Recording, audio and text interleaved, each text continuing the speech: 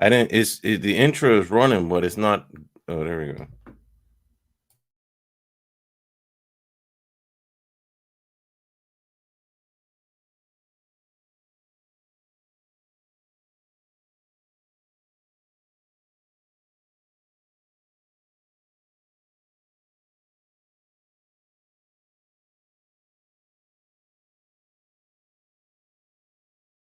The views and opinions expressed on this program do not reflect the company, owners, management, staff, clients, or partners.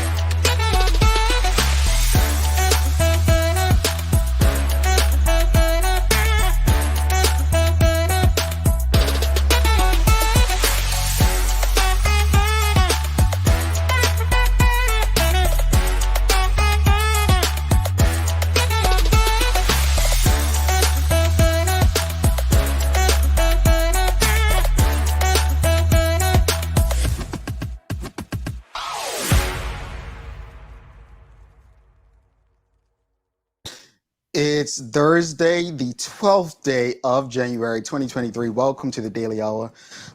It's brought to you by Medical Halls, One Communications, and Mac and Linda's. I'm Jamal Hartman. He's Philip Trott, and Maya Palacio will be with us in her news break brought to you by People's Pharmacy. Phil, how you doing, my brother? First time. I'm doing great. Good to be back.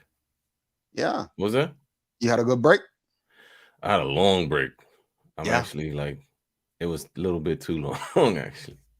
Too long? No such thing, man. No Yeah. such. It was long. It was long, but it was good. It was good long, but it was long. Good long. Yeah. All right. Well, hey, man, welcome back. Well, when you say long break, were you like off from work? Oh yeah, I was off for like most of December. Okay, well that's a So good it was thing. like, I had to, when I get back to work, I had to remember where everything is on my computer type of thing. So I was off. Hey, but you know what? I think a lot of people, I was speaking to one of my colleagues the other day, it's just like, man, this was a dangerous time. I said, what do you mean? It's just like, if this is what retirement feels like, I think I want this. Yeah, she said, I want this. Yeah, it was like retirement for somebody. Hey, man, happy to have you back. Greetings, everyone, and thanks for making us part of your daily routine. A good one today as we welcome Traci Burgess from KBB. This is part of a special monthly conversation brought to you by Real Much Trucking.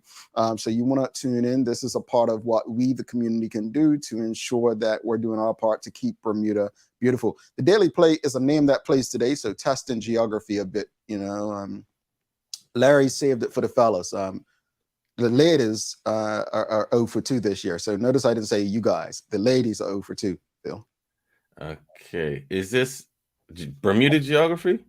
It's geography. That's all I'm telling you, brother. Yeah, it's geography. Larry, I'm sorry. Well, he's apologizing. Well, no, he almost didn't get. He did. You know what you teachers do? He did process of elimination yesterday, and it worked out well. Oh, he's critical thinking. Okay, well done. Yeah. Sunshine and Sherry, I'm not too sure what happened with them, but we'll leave that alone for now. Maybe Maya could come defend them or the latest crew. But anyway, don't forget, folks, the show is now available live on our website, thedailyhour.com. You no longer need social media to tune in live to this show. So if you don't have Facebook or YouTube or Twitter, that's okay. Just go on our website, press play, and you can tune in live every time we're on. If you haven't already, though, please subscribe on our website and follow us on our social media channels so you can stay up to date and seriously, so that you don't miss a chance. We had quite a few people over the holidays, Phil, reaching out. Oh, when will you be back on this and that and da. Well, folks, we'll be back on. If you were subscribed or you were following us on social media, you would know when we'll be back on. But no, you don't want to do that. No. Anyway, Phil, let's get into the conversation today. Another one that we've had a very good week of community conversations under our belt this week, and another one. So just yesterday in the Royal Gazette, it was a headline: Christopher Famous appointed board chairman at BHC, and the government MP Christopher Famous has been appointed as the new board chairman at the Bermuda Housing Corporation. Lieutenant Colonel David Birch, the Minister of Public Works, made the announcement on the official Gazette, along with 11 other appointments. So basically, there were many people in the comments, and things were said about, what experience does Mr. Famous have in housing, and make CARICOM Chris the CEO of BTA. What difference would it make anyway? Mr. Famous felt the need to explain himself about the pay that board chairs get. Some people questioning qualifications and what makes him qualified. Let me just state this. Question of the morning is, what can we learn from appointments made to government boards? Like, what can we learn from the appointments made to government boards? That's what I'm going to say. That's the question, sorry. Here's my simple opinion on this. And I know, audience, you may differ, and feel free to differ. That's okay. We are different people. We're going to see different things from different perspectives. But personally, I see nothing wrong with this. If we see nothing wrong with how it's been done all these years, right? Governments are going to appoint people they trust to oversee things that they govern, right? Isn't that how it works? I mean, I'm not saying that I support Chris Famous in this position. That's neither here or there. I don't support the government, so it's impossible for me to support their appointments. What I'm simply saying is, how are we questioning the appointment and calling it family and friends when you all would do the same thing? No, it's easy to say that, oh no, I'm going to put the best person for the job in there. No, you're going to put the people that you believe are the best, that you can trust. And at the end of the day, if there's no criteria saying that they can't do it, then are they really doing anything wrong? Let's use Wayne Keynes. He's the chairman of the BTA. Everyone knows Wayne Keynes has a lifelong dream of being the CEO, right, of the BTA, right? So Wayne Keynes is appointed the chairman. Is that in the best interest of Bermuda and the BTA and tourism? Probably not. David Burt, the premier, probably at the time Wayne Keynes was out of work, right? He wasn't the CEO of what's Belco's parent company, Liberty, whatever. Liberty. He wasn't the CEO, right? So for him, David Burt, it was a move probably saying, well, if I put him here, he's less likely to challenge me for leadership. And look, this is politics. This is what you all have accepted. This is what you have allowed your government to do. This is the government that you voted in, right?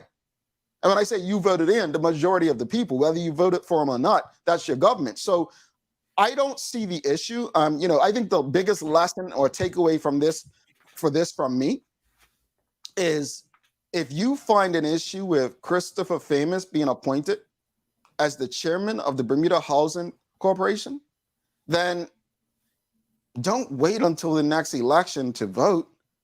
Call your MP and discuss your concerns. Let them know that you have an issue with the criteria. Now, I just don't know what to tell you, but I think getting angry and asking about qualifications, folks, how do you want qualifications for someone to be the chairman of a board and we don't really have any major qualifications to be an MP and a minister? I don't know. I think maybe I'm on the wrong side on this, but I don't see the issue with Chris Famous being made the chair of the Bermuda Housing Corporation. I don't know. But what can we learn from this appointment, folks? What do you think we can learn from appointments made to government boards? I am still personally trying to process everything, because I don't really, government boards in general, to be honest, are not my area of expertise. Mm-hmm. However, I don't know. Like, one thing I kind of agree with is the need for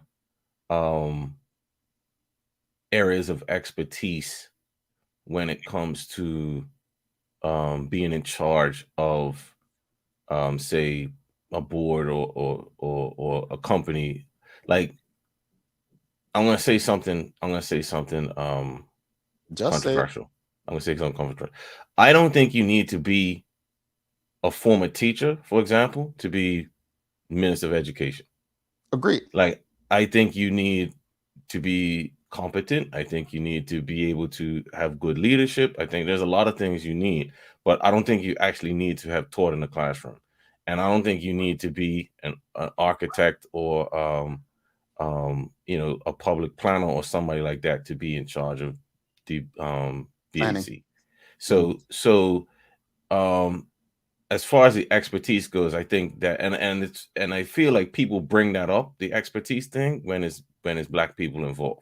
Well, Because like you said, it's been done like that all this time, and mm, a lot of people been put on both, in both parties, be put in charge of stuff that probably didn't have areas of expertise. So mm, I think the issue for me is just the fact that people bringing it up now. That's where I sit on it. yeah. No, I agree. I agree with you. I do, and we can't erase that part.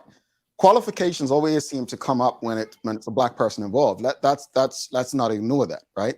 And I agree with Phil. I think we have this, we've adopted this way that people need qualifications to do certain jobs. How about results? I mean, person being in a position, if that person in that position can get the job done, then does their resume really matter? Now, I'm not saying we just put every and anybody in Right. position. Agreed. Let's be clear with that. But if you're looking for someone who literally just has leadership skills, the ability to communicate, right? And putting that person in a space where they then put the right people in place, then I'm good with that. Right. I think I'm with leadership that. is not about the expertise to necessarily do the job yourself. It's about creating a team and getting that team around you to do the job. Now, I want to touch on something else that I shared in the TDH group. And this is where we're going to go the conversation is going to go really interesting. So I said in our TDH group yesterday, here I said, what is the point of serving on a government board outside of adding something to a resume? Nothing changes for the better from the outside. Personally, I'm not interested in being part of anything where I can bring about change. Here's my concern with government boards. How many of us can say, I don't even remember who the chair was. Was it Levita Fogo or Tanae Ferber? I don't know who was the chair before Chris Famous. My point is, if you ask the majority of Bermudians, how has the organization improved under the chairmanship? They would probably tell you it hasn't. They wouldn't be able to tell you, right? What I feel like board appointments have become in Bermuda, they've become these things where, look, I'll put you on this board. You check off something on resume to say you sat on a board. I cannot stand that because it reminds me of charity. Oh, I volunteered as a big brother, or I volunteered with KBB and I picked up some trash just to tick something on your resume, right? I don't like that stuff. If I'm sitting on a board, I need to ensure that my contribution, right, is making a difference in the lives of the people that this organization is supposed to benefit. Let's go to the comments real quickly, Phil. Sean DeShield says, let's ignore that one. Is trust more important factor to consider than experience and desired results? I don't care about experience. I don't.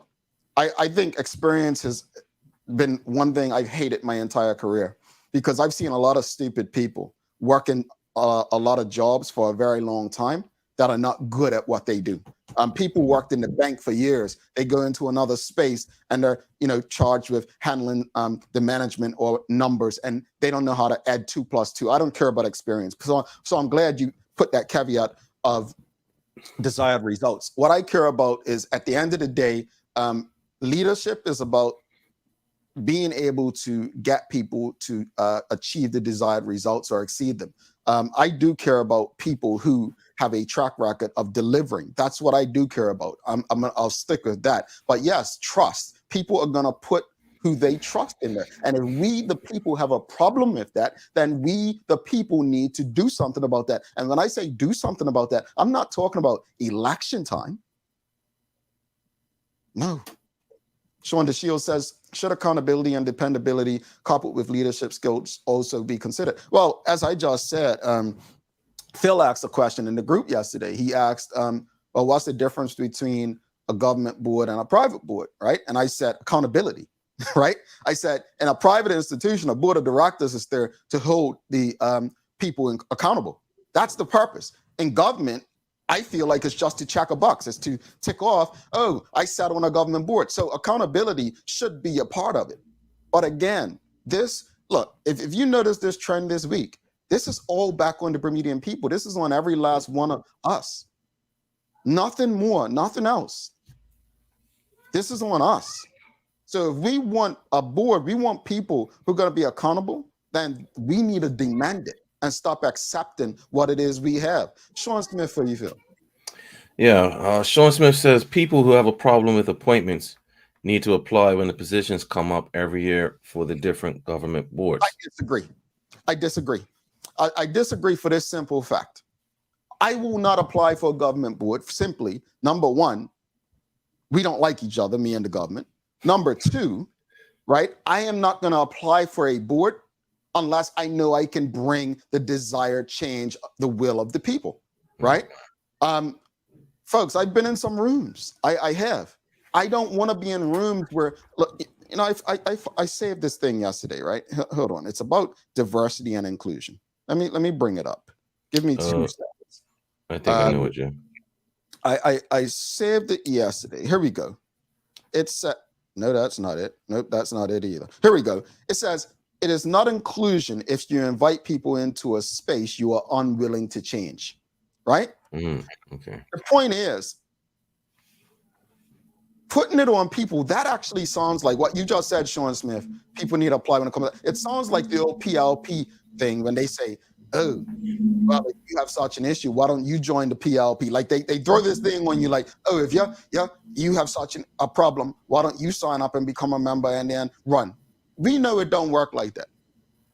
But that we can't allow that to direct us and dictate us. Folks, the question of the morning, what can we learn from the appointments made to government boards?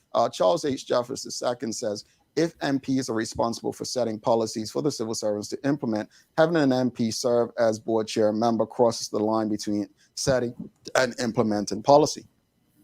Explain a bit further, Charles, because I would think that having an MP there pretty much ensures that the government's mandate is carried out how they'd like it. That would be my thinking, right? Again, folks, I'm not saying I'm all for what's being done. I'm putting it back on you, the people, that if this is such an issue, right, then how do we change it? I was never in favor of Wayne Cairns being the chair of the BTA. I think probably that's the death of the BTA, right? Personally, I'm not saying I'm in favor of Chris Famous being the chair of the Bermuda Housing Corporation, right? It could be the death of the organization. What I'm simply saying is, I don't believe we can necessarily knock them based on qualifications, right?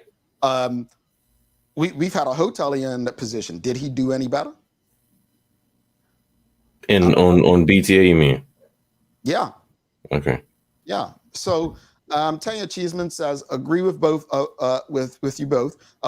Charles H. Jefferson II says, according to the article, the most recent former chair was Vance Campbell, who is now the tourism minister. Yeah, he is a tourism minister, right? Yeah, I think he's the tourism minister. Yeah. I believe being on a government board would be a challenge. Well, it's government. I would expect a challenge. There's nothing about a government that makes me believe I can go in and make a difference. Sean Shields, Phil? Unfortunately, many join government boards in an effort to further their political aspirations and not accomplish the respective board's goals and objectives.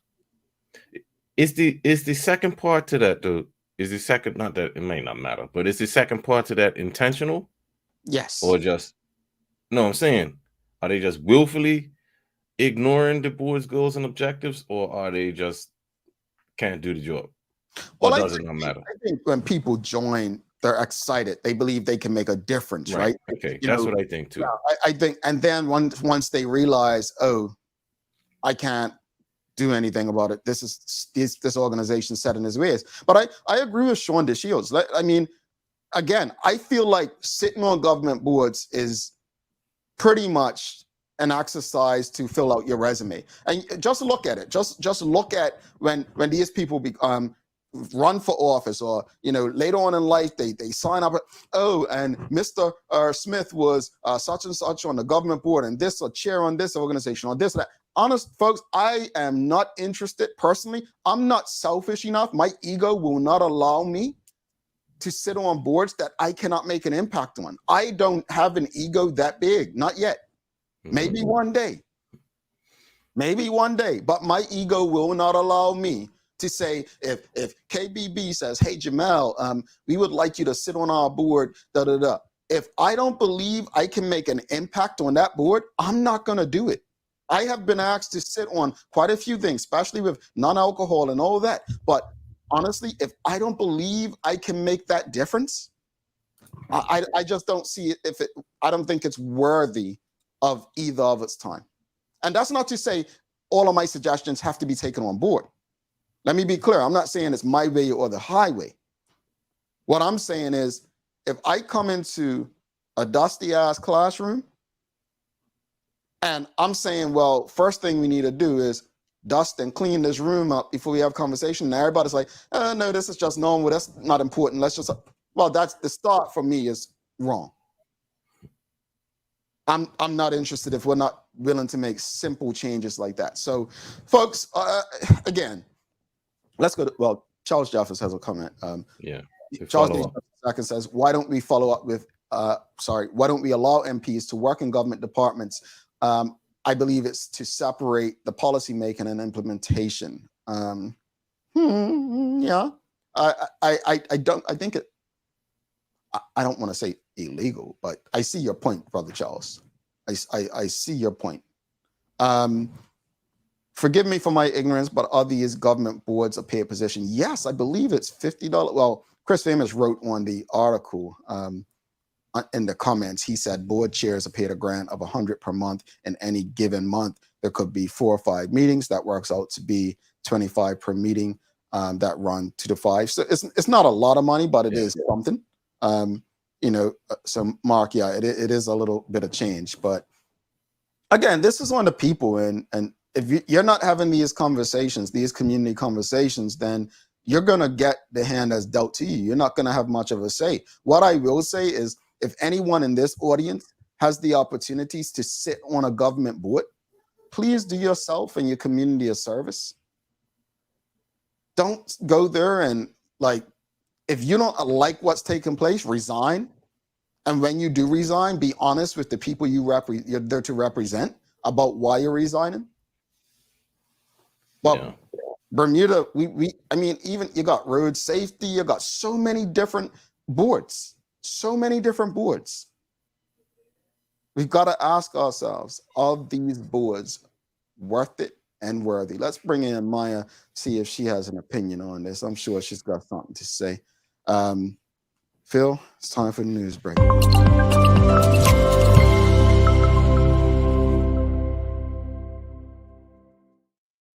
Good morning, everyone. The Daily Island News Break brought to you by People's Pharmacy. Well, greetings, Maya. How are you? Morning, Maya. I'm doing good. I'm listening here. Listening, so that means that listening don't want to add anything? The only thing that I will add to say that's in relation to this comment is that the next general election that comes around, I would love to see every single MP legit present a resume of what they've done, especially if they were in that position already. What have you done for your constituency during that time frame? That's what I would love to see. It's interesting you say that, because I know when elections come, the OBA did it in 2017, the PLP has done it for decades. They like to show what they've done, like David Burt has been very frank as premier by saying we've ticked off this and that off of our platform. And I always say platforms change, they evolve. It's like a car that leaves the dealership, right? What they say, it depreciates one time, right? He says, no, they don't evolve. If I remember correctly, when he was on this show, he said, it doesn't evolve to the point that things from our platform change. Here's my concern with what you just said and what they do, Maya, is and maybe I'm just too serious of an individual, but a government who's doing right by the people doesn't have to tell them what they've done for them, because the people will feel it. To your point, though, individual MPs, I'm for that. I'm for that, because if you come to me, if I'm in Mike Weeks's constituency, tell me what you've done that has made the lives of my family and neighbors better in the last 5 years. And if anything you name, I can't say, okay, I agree with this, brother, get your ass off my porch. I ain't voting for you. Oh my. It's that simple. Like, don't bring your, seriously. I like it. Like, tell me what you've done to improve the lives of my family and my community. And if you ain't done nothing, then get your ass out of my face. It's that simple, because too many times people are building the resumes for political aspirations, as was stated, and not for the betterment of their community. I'll leave it at that. All right. Let's get to this morning's news today, everybody. So, about 10 reports were actually received by the PPS during 2022 of online sextortion scams. Now, sextortion scams are a form of sexual exploitation where an individual is usually threatened with having personal images or videos or explicit nature released on the internet. A typical blackmailer is likely based overseas and will request payment via any local money service business. Now, in international statistics, indicates that nefarious activity is common, but believed to be underreported due to the embarrassment of those targeted. So once that's revealed online, of the communication is revealed, that's when these things happen. This is truly not, this is very true, very much locally as well, as the PPS can confirm that there have been less than 10 reports in 2022. Hold on. Sextortion. Extortion. Yeah. So in layman terms for people like me, so basically it's lying to people, telling them that you have nude pictures of them and telling them to send you money if you don't.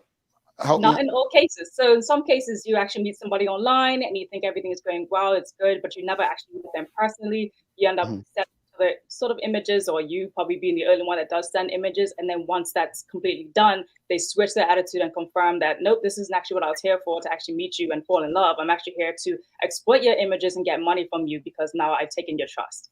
So that's what sextortion is. Like extortion. Yes. 56. So basically, catfishing in a different way. Yeah, you could look at it exactly that same way. Yeah. Okay. It's an offense. It is an offense in Bermuda as well. And the police are saying that if this ever happens to you, then please, recommend that anyone facing online sextortion scan, block all further communication with the blackmailer, and do not send any money, secure all social accounts, and keep the content of all messages, which can be provided as useful evidence as well, and to also contact the Department of Investigation. Interesting. What else you got? Man.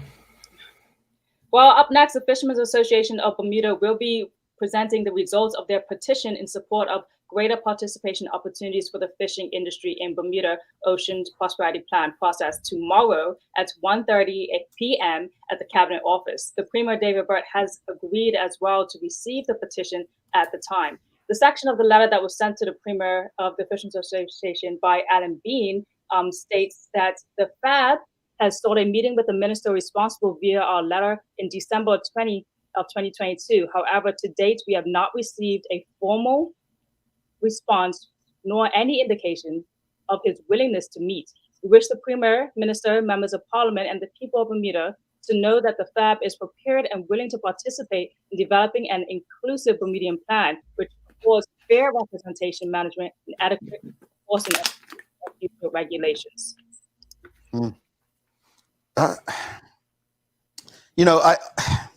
I've seen conversations about, conservation as it relates to the fish, people saying fish are being depleted, this and that. This is an interesting one. This is a very interesting one. And the only reason I say it's interesting because something in my heart and mind tells me that if the PLP were in opposition, they would have these fishermen out marching with them. Like, maybe that's just me being extreme, but just something tells me if they weren't government, this would be much bigger. and they would be behind these fishermen, but never mind. It is a very interesting discussion because on one hand, yes, you do hear that we're depleting fish. On the other, I was there at the fishermen board and they are saying that is not the case. These have been in the waters for years, constantly looking at these fish and where they are, and they disagree with that. Those measurements and that's the reason I think that normally a PLP opposition would support them, because they would respect these guys as their, profession, that they know a bit more of it other than just throwing a line over. Like they study, they understand the way, fishing works. Like majority of certain fish are, the depths of water, what fish feed on in certain space. Like it's a science to it, right? But I just feel like the government PLP and the opposition PLP respond to things of this nature so differently. Well, we'll find out more tomorrow. I'll try to get there at the cabinet grounds and try to be able to speak to everyone. Next up on the program, the Endeavor program welcomes young Bermudians who have officially started the 2023 Endeavor Maritime Career. The executive director, Jennifer Pitcher, says, "My heart is filled with joy and gratitude to work with a team that is dedicated to making a positive and meaningful difference in young people's lives every day. I'm inspired by the amazing young people who bring their positive energy, curiosity, and courage to try something outside of their comfort zone. 2023 is looking bright." Nice. I love what they do with Endeavor. Big props to Jennifer and all them over there. Yeah.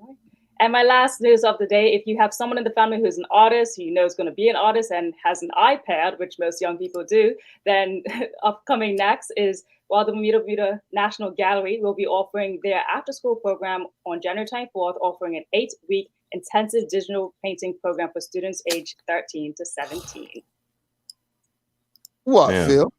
No, man, I was that killed me, the age range, because I have an iPad and I have Procreate, and I no, and trust me when I tell you, like it's the coolest thing to play around with. But if you don't know what you're doing, man, I might sit outside the window. Just keep the window open.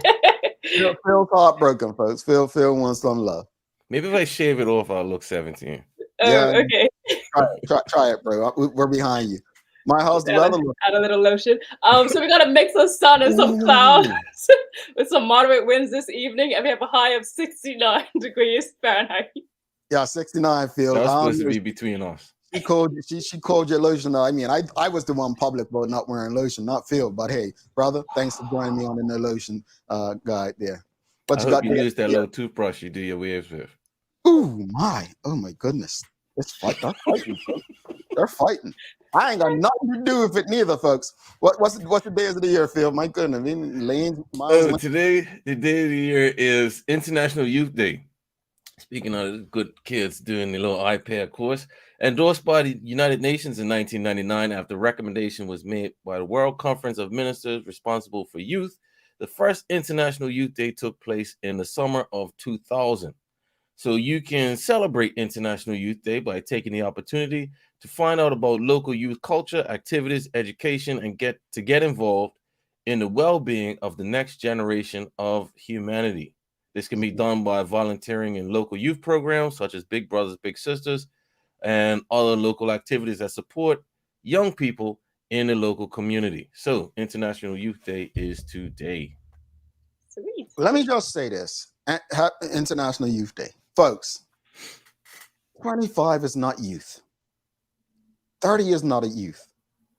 35 is not youth. Stop it.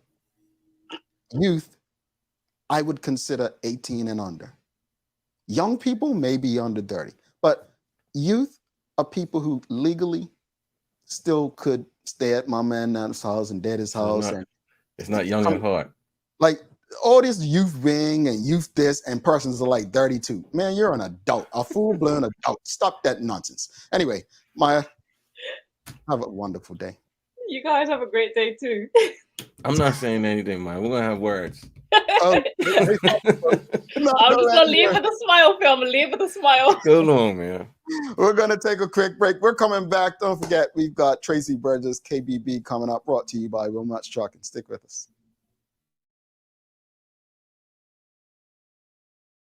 Let's face it, life can be a little wild, but shopping doesn't have to be. I choose People's, so that whether it's a prescription that needs to be filled, a toy for my little terror, or a gift for a new addition to the family, we'll see about that. Everything's available in one convenient location. Some call it People's. I call it my one-stop shop in the city. People's, we're here for you.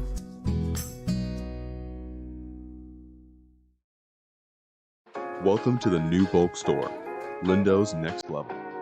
Wake up in the morning with enough coffee to keep you running throughout the entire day. Your pet at home deserves the best. Stock up on dog food to keep your puppy happy. Need a quick, tasty lunch at home? Your chicken nuggets will be jumping right out of the freezer. What's a movie night without popcorn? You can never have too much. Lindo's Next Level. Why go anyplace else? Mom's celebrating her 70th birthday next month. Have you noticed her age is catching up with her? Yeah. Plus, she's having a hard time getting up and around like she's used to. I would sure hate to see her fall. At Medical House Limited, we can help make life situations easier. We have electric beds, motorized scooters, bath stools, walkers, you name it. Mom's been real good to us. We'll get her birthday and Christmas gifts from Medical House. Medical House has relocated next to the Dandytown Field, number 6 Bakery Lane, Pembroke. Telephone 292-3622. All righty, welcome back to the big show. Philip Trout, I'm Jamal Hartman. It's the Daily Hour brought to you by Medical House, One Communications, Lindo's, and Mac and People's Pharmacy. Folks, as I said, if you don't know, you no longer need social media to tune in live to Bermuda's Daily Talk Show. We are streaming live on the website, thedailyhour.com. So let your friends, let your family know. People have been asking, well, I don't have Facebook. I don't have Twitter. I don't have YouTube. Well, if you have the internet, you can check us out. Without further ado, let's bring our guest for today. We got the executive director of KBB. So, you know what I realized? Oh boy, what you realize? And this is not, I'm not making fun of people. But some people don't know what KBB stands for, Phil. Stop, man. Stop. I mean, some of them are not Bermudian, so that's fair. You know, that's fair. So it's keep Bermuda beautiful, folks. You know, just gotta feel. We look, it's our responsibility. You know what I learned about a newspaper before we bring Traci on. I learned that a newspaper must write in layman terms for everyone to understand what they're talking about. So I guess with us, you know, when we're using acronyms, we have to at least expect one or two people out there not to understand something. But it means keep Bermuda beautiful. Okay, folks? All right, let's bring Traci in now. Phil, I know Phil. It's too early for a drink. Okay, calm down. Let's bring Traci Burgess in to this show, folks. Good morning, Traci. How are you? Good morning, guys. Good morning, Bermuda. How's that for an intro? That was awesome. Thank you so much. Traci, you know what KBB stands for, obviously. She better talking about qualifications. Yeah. I 2 years ago I would have thought, but I'm just like, you know what, Jamal? This is 2023. Have patience and just, work with the people, because what we're going to be doing on a monthly basis, thankfully to the support of Wilmot's Trucking, is having conversations with Traci and the great folks at KBB so that we can do our part. Folks, we always speak about charity. What I believe KBB is doing, especially under the direction of Traci, and we're going to start the conversation today, is empowerment, like trying to help our community become more conscious of why we need a cleaner environment around us. And just a heads up to Phil and the audience, the Daily Play has something to do with a clean environment. But that said, Traci, just give people a bit of background. KBB has been around since the 60s. Why is the organization so important for Bermuda and Bermudians? So Keep Bermuda Beautiful was founded as a subcommittee of the Garden Club of Bermuda back in around 1964. And in 1966, KBB was granted its own charitable status. The reason why the Garden Club decided to create the Keep Bermuda Beautiful committee was because single-use plastics were starting to be introduced, around the world. And this was, plastics came about probably in the 50s, and by the early to mid 60s, they were starting to notice trends with littering around the island, which, Bermuda had never really had an issue with that before. So the Garden Club developed this committee to go out and help keep Bermuda beautiful. And the rest is history. I think in today's time, with the uptick in single-use plastics and, significant increases with the ocean pollution crisis, it's visible. We are literally drowning in plastics. And, it's more important than ever that each one of us, have a greater awareness for our contributions and our ability to help stem this tide of toxicity and, start to reverse these negative trends that have been impacting and damaging our environment over the past several decades. Yeah, man. When you read about that plastic stuff and where it ends up, man, that's scary. But so Traci, hi, happy New Year. Hey, Phil. So you guys had a lot going on in 2022. I went on your website. Go on website kbb.bm and look at everything that they did in 2022. You had the Abandoned Boats Project. You had Beyond Plastic. You had a lot of stuff going on. But which one of these was do you think was the most impactful to you? Probably most impactful to the community, right? Yes. Probably two projects. So I would say Beyond Plastic Bermuda, which is a collaboration with BEST, Bermuda Environmental Sustainability Task Force, and KBB came together and formed this campaign.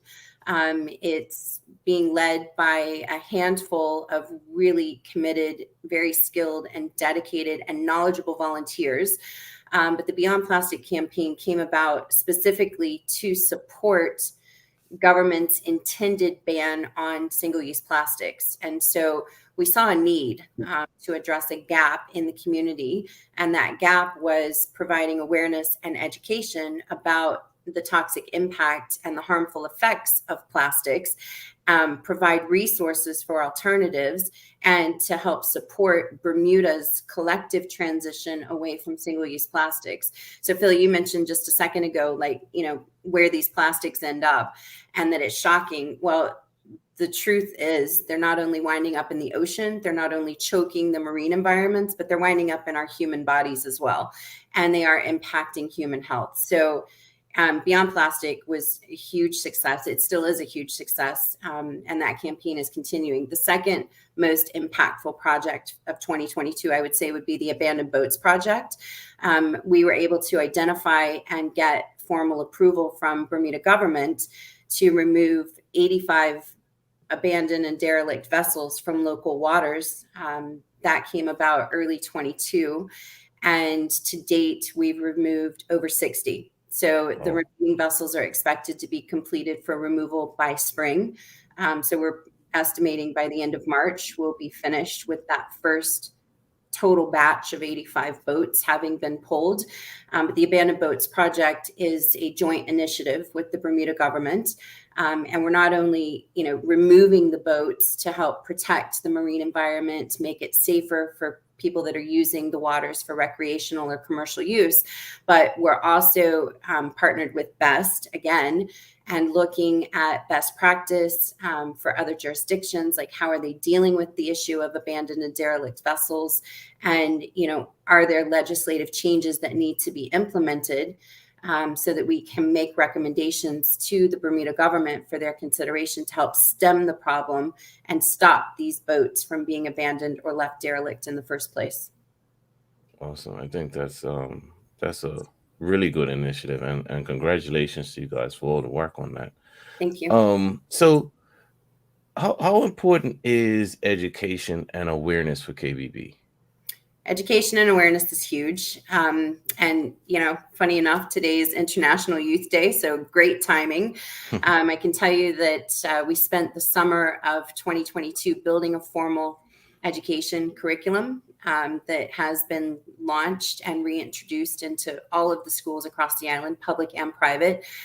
For the first time in KBB's history, we've expanded our staff.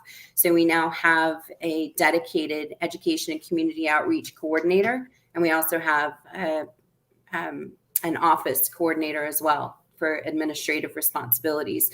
But when it comes to education, we know that starting young is where we can really solidify good habits and teach positive behaviors towards and attitudes towards waste management. So the consistent, messaging with the 3 R's: reduce, reuse, recycle. And when children especially take that on board from a young age, it becomes a lifelong habit that they would carry with them into their adulthood and then pass that down to future generations. But adult education is key as well. So we are focused on public messaging, raising awareness, and providing education and resources for the adult population and across the community as well. Awesome. And I can speak to that too, because I feel bad not recycling stuff now and my old age, from stuff that I learned when I was a kid. So well done. Wait, hold on. What's stopping you from recycling now? I didn't say nothing. I said I feel bad. When we're not perfect. I mess up. Okay. No, I'm trying, Traci. Are you recycling at home, Phil? That's trying. my question. Do you have a blue bag in your kitchen? I don't have a blue bag. It's not blue, but I said, you know what? I'm working on it, Traci. Hey, you put it out there. So, and look, here's the thing, right? So it's not about, so when people talk about like zero waste or, I want to be more sustainable, like a lot of times, just in our minds, we think we have to do it perfect, or not do it at all, right? And that's totally not the case. So Phil, if you recycle some of the time, maybe try and make it a New Year's resolution to try and recycle a little bit more this year, or get a blue bag. There's free collection. Government comes around every 2 weeks and, offers free curbside pickup for your recyclables. Start looking at putting your 10 aluminum and glass into a blue bag, put it on the curb every 2 weeks, and you're good to go. But the other thing is, here's another New Year's resolution you might want to take into consideration, not just for you, PT, but for all of Bermuda. Let's try to go plastic free in 2023. That's the theme. Yes. So choose to refuse, right? You can start to say no to single-use plastics. Take your own reusable bag or carry your own reusable water bottle. Easy solutions, but you don't have to do it perfectly. Just make a decision, try and take 1 or 2 steps forward and keep building on it. I am going to try. I feel much worse now, but I'm going to try. So, I'm not here to make you feel bad, Phil. No, I know. I'm messing with you. I'm just messing with you. So real quick. So we talked about New Year's resolutions. How do you hope to build on the work of 2022 in 2023? So we want to continue with the public messaging and awareness campaigns because those are critical, right? So we will continue building out the education in the schools and continuing to engage with students across the island, ages 4 and up, and promoting the messages, in schools and throughout the community about reducing waste and, litter prevention. So stop littering and increasing recycling and all of those important key messages. It's interesting to note that in 2022, when we launched the new school curriculum in September, between September to December, we touched over 2,200 students through classroom lessons, assembly presentations, providing classroom support for teachers. That's a pretty good number of the Bermuda school population. So we're continuing to build upon that. Another key messaging for public awareness in the adult population is illegal dumping. Maya did this great investigative report kind of Christmas time about illegal dumping and all the illegal dumping that was piling up outside of Tynes Bay. And, every little bit that we can do to help raise awareness for that and put a stop to these bad behaviors of just leaving trash all around the islands, wherever people might feel like dumping, every little bit helps. We're also looking to, continue with the Abandoned Boats project. There's probably going to be a new survey to identify another batch of boats and vessels that can be put forward for potential removal.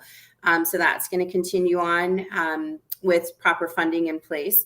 We're also looking to introduce a couple of new Adopt-a-Spot programs. So potentially looking at a partnership with the Department of Parks and also looking at community and neighborhood transformation projects So again, funding is required to make sure that we can support all of these initiatives. Right. Of course, the Beyond Plastic Bermuda campaign is just thriving, and that's increasing awareness and expanding on a daily basis. We've also got some new school initiatives that are planned. So there's lots of opportunities for growth and expansion throughout the coming year and beyond. That sounds extremely encouraging. Thank you. Look forward to seeing all that come to fruition. Yeah, it's exciting. One thing that I have, sorry, not to cut you off, but one thing that I haven't put out there yet for data and statistics from 2022 is that last year we recorded just under 300 cleanups. So KBB organized and or led or coordinated 300 community cleanups involving 4,800, I think it was 4,802 volunteers in total. Awesome. And take a guess on how much waste was collected. So waste being, general trash, it includes plastics, it includes recyclables, bulk waste, like where we would have, removed refrigerators and bike frames and whatever. Just take a guess. Are we counting the boats in that? No. Okay. 20 tons? No. 30? Higher. Oh, wow. 30 tons? Nope. Higher. 50 tons? Nope. Down. Is it 100 tons? No, man. It was about 37 tons. It was like 36 and a half-ish tons. It was about 81,000 pounds. That's crazy. Yeah. That would just tossing away. Yeah.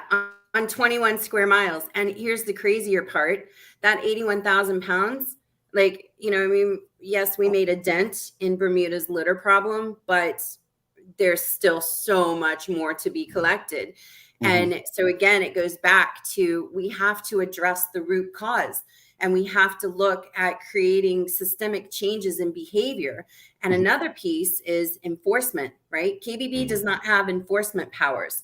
So we need to start, working closer with Bermuda government or with the Bermuda court system to make sure that, people who are offending, and especially repeat offenders, you need to be held accountable for your bad behaviors and your bad choices, because they're impacting not only the beauty of Bermuda, but they're literally impacting the health of Bermuda and the environment. Totally agree with that. So another one is, so we talked about your volunteers. So what is your strategy for attracting more members and creating more awareness about the work that KBB is doing? My personal strategy is always relationship based, and the relationship comes first, and through building strong relationships that are honest, transparent, trustworthy, there's good communication between both communicators, and relationships that are mutually beneficial. I think that is the best way to attract volunteers, attract supporters and donor partners and program project partners, and so on and so forth. It always comes down to the relationship first. And from there, you would see engagement, continue to increase, and impact continue to increase across the community. Awesome, man. KBB would not be where we are without that whole list of, supporters that I just ran off, without the volunteers, without the donors, without government collaboration, without other environmental NGOs being partnered in projects, and private sector and public. KBB would not exist without any of that. And so, we're very much aware of it. How can we encourage our audience to help wherever they can, so that, they can get behind you and, latch on to some of the initiatives that you have coming up in 2023? Yeah, we want people to be beside us, and, not behind us, but beside us, because a united front is going to promote more systemic change. So it's all about collaboration. And, with regards to your question about the TDH community, we've talked, Jamal, you and I have talked about holding a community event where your audience and your viewers would, potentially come on board and participate. And until that happens, there are other ways that, your audience members can engage with KBB. So we have a community cleanup this Saturday in St. George's. It starts at 9 a.m. and we're going to be at Mullet Bay and Rocky Hill Park. So you can go on to kbb.bm and you can click the sign up form, register, volunteer, come down, lend a hand. There's other ways to get involved. You don't just have to volunteer to do a cleanup or pick up trash. You can adopt a section of your community. You can adopt, an area of your neighborhood. Contact us. We can help you do that. You can volunteer with us in other capacities, like get involved and help out with a program or a special project or fundraising committee or marketing committee, whatever your interest is and your skill sets are. I mean, I'm sure that we could find a good fit, for your time, your talent, and your treasures. So there you go. And how can people be notified about what you have coming up on your calendar? So I would say like and follow us on social media. We are very active on Facebook, Instagram, LinkedIn, Twitter. Twitter, we're not as active, but the other three, very active. Also, you can go to the website, kbb.bm, and down at the bottom of the homepage, there's a sign up piece to subscribe for our monthly newsletter. It's really easy. You put in your name and email address. That's it. And then you're added to the newsletter. So that has a lot of good content in it as well.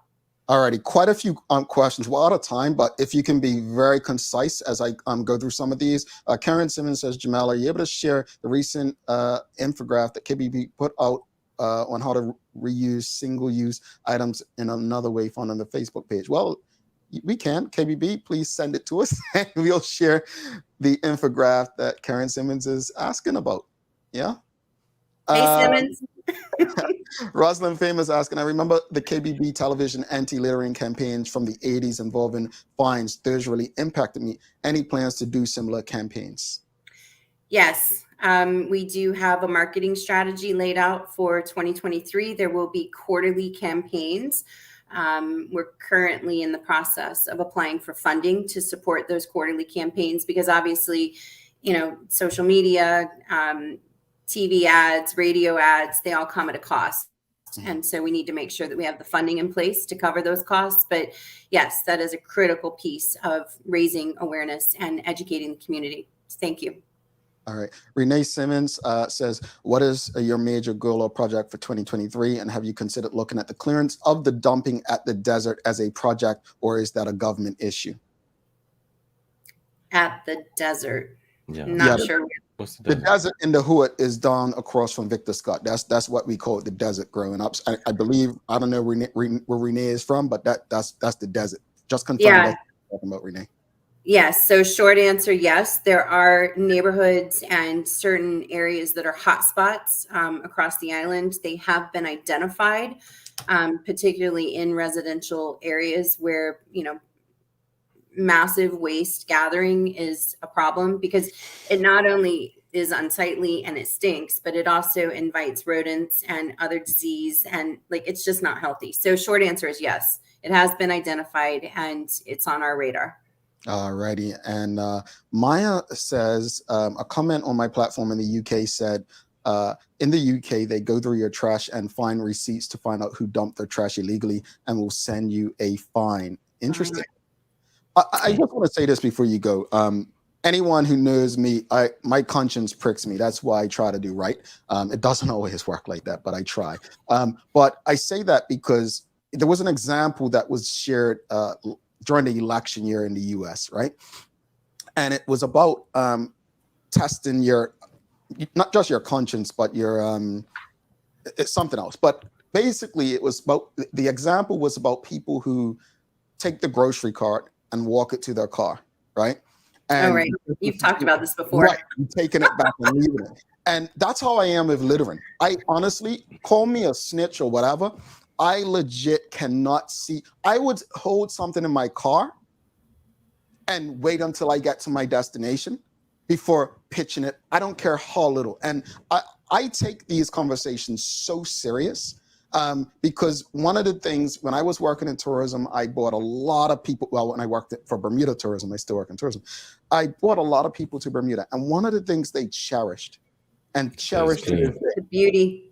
is the cleanliness and Pristine. pristine beauty of Bermuda. Yeah. And I'm sad to say what I'm about to say, but people are not necessarily feeling that way anymore. And this is not about the government. This is not about KBB. This is not about anyone who is rich or poor. This is about everyday Bermudians. What she said today, what Traci said today, literally, it's on us what kind of island we want to live in. Traci, before you head off, just let them know how they can connect with you should they want to participate or learn more. Yeah. So the main number to the office is 799-5142. For education, it is 747-KEEP, 747-5337. You can email us at office@kbb.bm. Go to the website, kbb.bm, or like and follow us on most major social media platforms. And you guys, I love you. Thank you. Happy New Year. I hope it's off to a healthy and prosperous start for everybody. I'll see you next month. Yeah. All right. Good to see you, Traci. Traci. All right, Traci Burgess. Thanks again to Wilmot Trucking for ensuring that we can have that conversation with Traci on a monthly basis. Don't go anywhere. We're going to take a quick break. We'll come back, wrap it up, and we've got the daily play for you as well. A lot happens around your home. That is why at One Communications, we have introduced affordable security and video monitoring, because everyone should be able to afford to protect their family. Anytime, from anywhere, One Home Security keeps you connected and puts security in your hands with an easy-to-use smartphone app to control everything. Home security is important to keep you and your family safe. Motion-activated cameras around your home and security monitoring within create a complete security system providing protection both inside and outside your home. Professional monitoring means that there's someone on call with 24/7 protection to notify the authorities and help keep you and your loved ones safe. We are dedicated to whole home protection with indoor and outdoor cameras, smart door locks, motion sensors, and more, so you'll always be connected to what matters most. With professional installation, no upfront hardware fees, and low monthly rates, because keeping your family safe should be affordable for everyone. Total home video monitoring and security, there's no better way to protect your home than with One Home Security.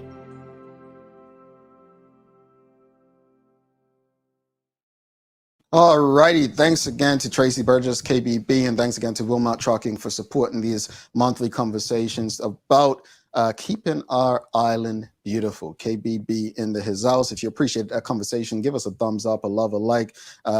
And hey, make sure you subscribe to our website so that you don't miss future conversations like that. It's time. Thanks again to One Communications, Medical House Lenders, and People's Pharmacy, and MMAC for ensuring we can do this.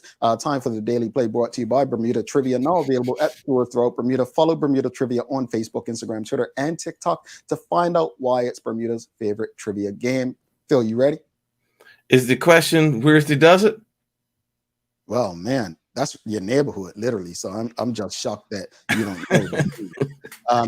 It's a name that place, though. Name that place today. Help him out, folks. I don't think the audience is going to get this without Googling. According to worldpopulationreview.com, the Environmental Performance Index in 2020 rated what country as the cleanest in the world?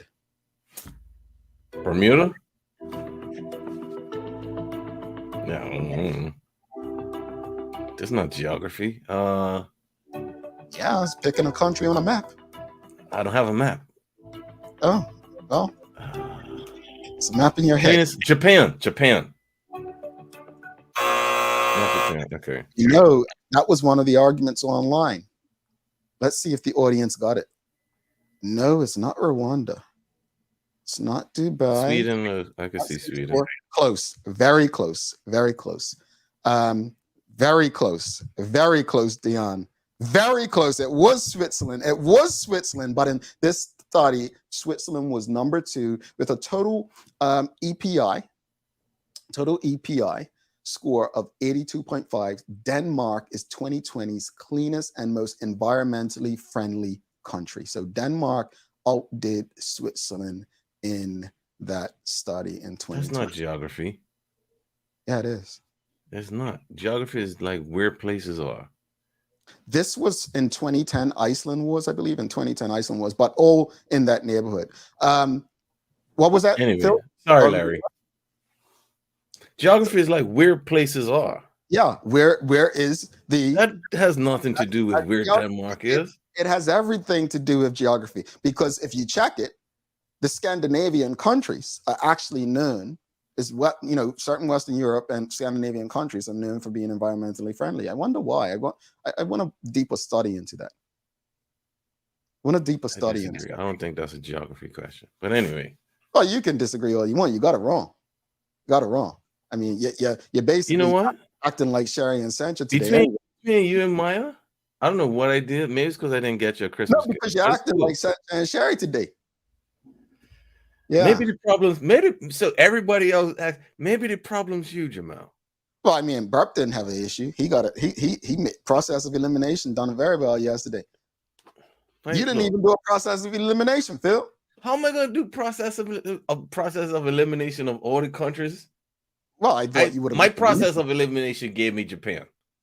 I thought you would have got the region. Everybody else kind of in the audience kind of, went. It's different when the light's on you, okay? You know what? You're right. That's why I said on Wheel of Fortune, I could get it right at home in my bed, right? But if I was there under the lights, man, I'll probably freeze right up. Yeah. Okay. But anyway, that's real. Final thoughts. Government boards, and then what was the other one? Then obviously KBB. What's your thoughts? Yeah, man. The government boards. I think for me, we got to rethink this whole qualifications thing when it comes to not just government boards, but putting people in places of leadership. I don't think you need to be a specialist in anything to be in charge of something. I just gotta, make sure that you do keep the company running. It's basically it. KBB, hey, look, man, I'm excited to have Traci on every month. I think it's important. I think this is something that we it's easy for us to forget about, the importance of cleaning up and keeping Bermuda clean until the situation gets out of hand. So I applaud TDH and KBB for making this connection and making it a monthly thing. I think it's just as important as like mental health, physical health, and all that. We're talking about it impacts all that, Phil, right? Yep. I mean, honestly, what they say, a dirty environment impacts our mental and physical health. So I agree with you. As far as the boards, I honestly, again, I just feel like government boards is like building a resume. It's ticking off boxes. I think that we need to kind of look at how businesses are run, and successful ones with great boards. At the end of the day, accountability is number one. We need to revisit these kind of things. As far as conversation with Traci, again, thanks to Wilmot Trucking for backing us to have these conversations on a monthly basis with KBB. I think, again, as Phil just said, these conversations are bigger than many of us may believe. The environment we live in determines so much.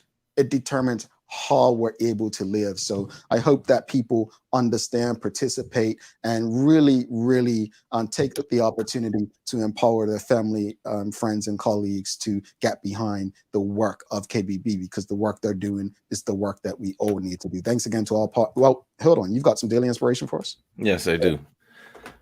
Daily inspiration for today is learn as if you will live forever. Live like you will die tomorrow. That's Mahatma Gandhi. All right, there you go. Thanks again to our partners, Medical House, One Communications, Lindos, NMAC, and People's Pharmacy, for ensuring that we're able to do this with you on a daily basis. As always, we appreciate you. We love you, and we thank you for making us part of your daily routine. If all goes well, we'll be back to do this again with you tomorrow. He's Philip Trott. I'm Jamal Hartman. My friends, please do make it a safe and a great day. We are out. Peace.